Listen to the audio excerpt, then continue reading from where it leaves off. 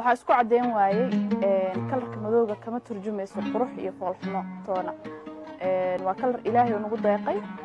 taas macnaheedana ma ahan in foolxumo uu yahay kalarka madowga quruxdana ma ahan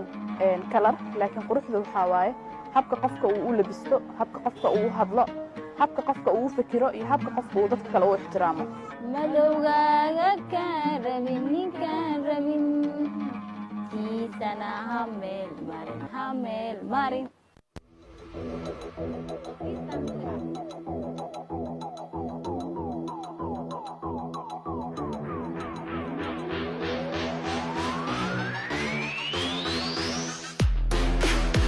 abaayo haddii aad iscadaysay haddaba waxaa tahay bukaan socod aan is ogeyn adiga oo qurux raadinaya nafsadaada qiilqiil hagelin maxaa yeelay ilaahay subxaanahu watacaala qur-aankiisa wuxuu ku leeyahay laqad khalaqna al-insaana fii axsani taqwiim haddii hadalkii ilaahay aad ku qanci weyda maxaad kaloo ku qancaysaa madowgaaga kaan rabin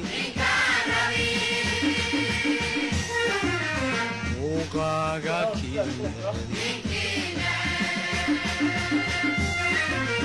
kiisana ha meel marin